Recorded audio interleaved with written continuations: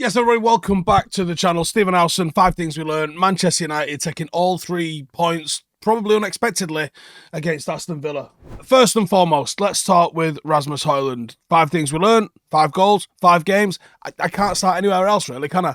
He's starting to play with confidence. He's starting to play with a smile on his face. Again, he had limited service, just 2 shots again yesterday, but still putting himself about. You know, we obviously was looking for a forward that could press. He doesn't just press. He can actually score. He might be genuinely the all-round number 9 that we have been looking for to complement everything else that's going on in the team. I still think there's 4 or 5 major parts missing in the Manchester United side. But I don't think the striker is one of them. I think there's everything you could possibly want in his game, and he is still incredibly young. It takes strikers to get into their 20s before they start maturing and then going on and start having a madness when it comes to scoring. But really, really impressed again with Rasmus Højlund. Roses are red, violets, I don't fucking know, I've never seen them, but they've got their charms, and tidy up downstairs below, and you might cause quite an alarm. Hey, you didn't think that was going to rhyme in the end there, did you? But anyway, it is. Valentine's Day is right around the corner, and Manscaped is stepping up the game with exactly what you need, according to Dr. Love. This is where we bring you the Performance Package 5.0 Ultra, setting you up to be the main attraction. You're well aware of Manscaped by now, surely, so we're not going to mess about. Join the 10 million men worldwide that have made the switch. Swing on over to manscaped.com, use the code 5THINGS, and you'll be looking at 20% off plus free shipping. It's an absolute no-brainer. And it's not all about the lawn. We have got the Lawnmower 5.0, of course. It's got skin-safe technology, looking after your precious assets. It's got an LED spotlight. It is waterproof. It's the full Monty. But we're not stopping there. You've got the Weed Whacker. You've got the Shed Travel Bag. You've got the Boxers 2.0. You've got comfort for your balls, my friends. The cherry on the top, they've also got the cologne. Don't mess about. It's 20% off and free shipping using the code 5THINGS at manscaped.com. Number 2, Onana.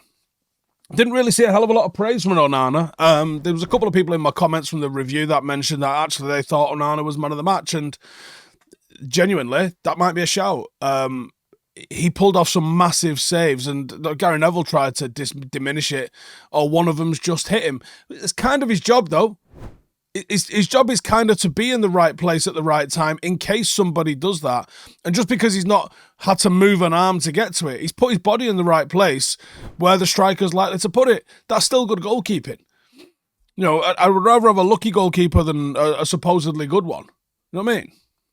It's a Napoleon quote about generals. Look it up. He had some really good saves. He was proactive with his sweeping, which was really needed at times because we weren't the quickest in the back line with some of the changes that we'd had to make. I think he's done really well recently. He gets exposed to a lot of chances in games and gets criticised when those go in, even though the numbers are just sensational from him this season. He deserves credit. And I think he's also very composed in possession when we're under the cosh as well. He's happy to take it. You know, there was an iffy one where he came out and cleared it, but you know what? Sometimes you got to come out and stick it in Rose Head, and he did that. So, happy days. Number 3, Luke Shaw. And an injury concern. Luke Shaw's injuries might make somebody make a decision on him at United. Because even though he's good when he's available, his availability just isn't good enough. You know, and it appeared like he'd gotten over these injury problems and really started to turn the corner and become a dependable, reliable player. But this season's been absolutely shocking with him. We are a much better side when he is in it. And once Martinez is injured, you lose Shaw as well. It really hampers our ability to play out from the back. Malacia still injured. So we don't have a viable backup, really. And then the one that probably would have been given an opportunity right now, is he at Benfica? Did he move in January? I don't actually know if he did move or if it was just rumoured to be moving. But he's probably going to be playing for Real Madrid in about 18 months because he's absolutely sensational. And, you know, we've completely missed the boat on that. If you'd have kept him for 6 months, he'd have played this season.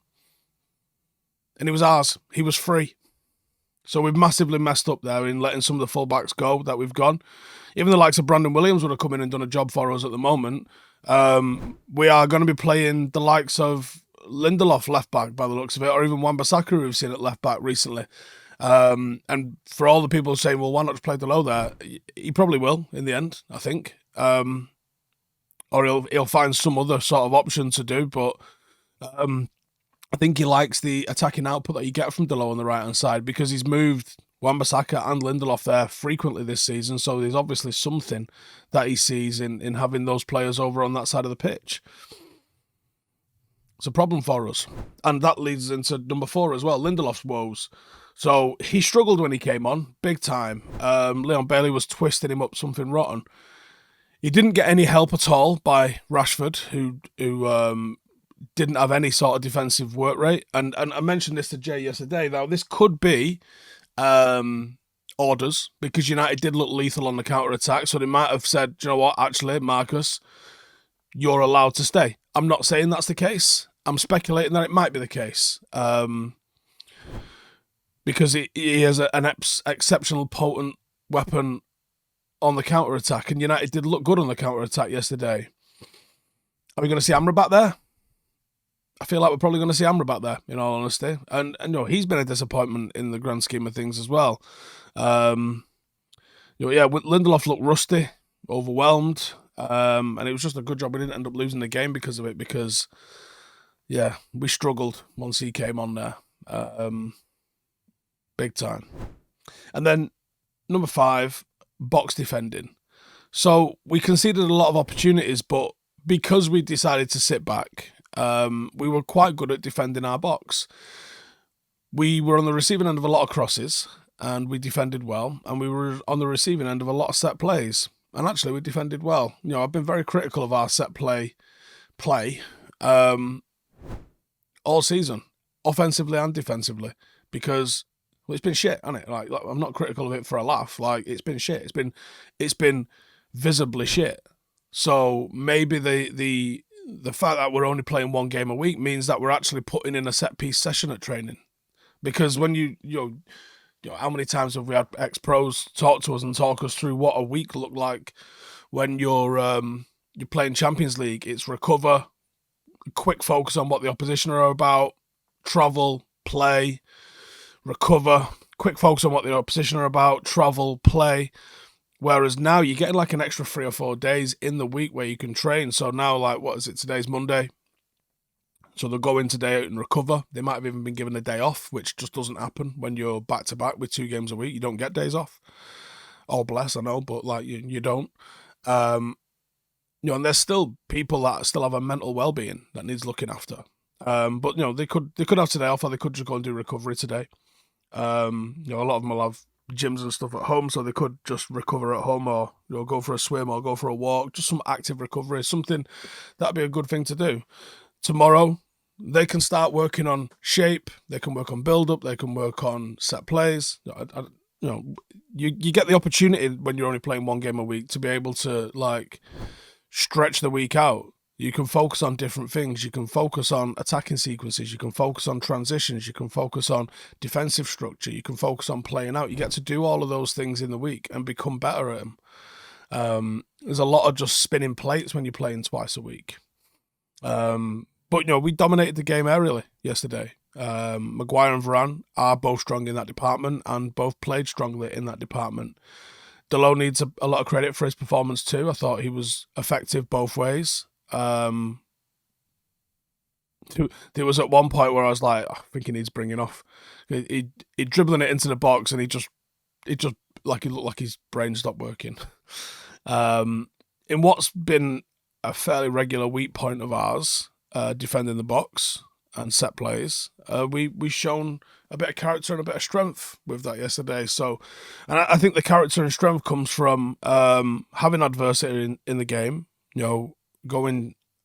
Losing a player, going there without our best defender, having them equalise and feeling like the game was well on top of us and it was only ours to lose when they equalised, but snatching a win out of that. So massive that for United, and I'm sure the dressing room after that would have been absolutely sensational. But yeah, and if you missed it, a little clip from our Jose Mourinho interview that me and Rio did was on the coverage of AFCON last night, because Jose was talking about his friend that who was the coach of Nigeria. Spoiler alert, they didn't win it in the end. But it was a good game. I enjoyed the game. It was the only other game of football that was worth watching, I reckon, last night after United. Don't know if there was anything else happened. I don't think there was any other games, was there? But if you want to see an exclusive little clip that won't be getting posted publicly, that's me and Jose. I think it's funny, as some of the comments mentioned last night. But there's all sorts of other content as well, including Thursday Club with me and Ben, if you want to check those out. They're going to be on there weekly. But thanks for tuning in as always. Make sure to subscribe if you're new.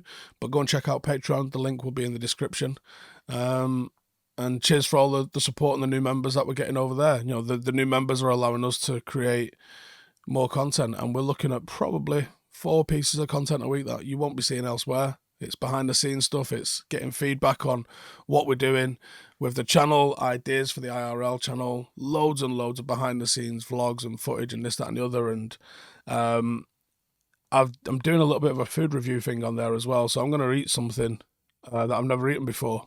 And I did that this week while I was in Portugal. I ate something that I thought I would be eating, and something that made Ash stop talking for me to 24 hours. So I'll be posting that later in the week.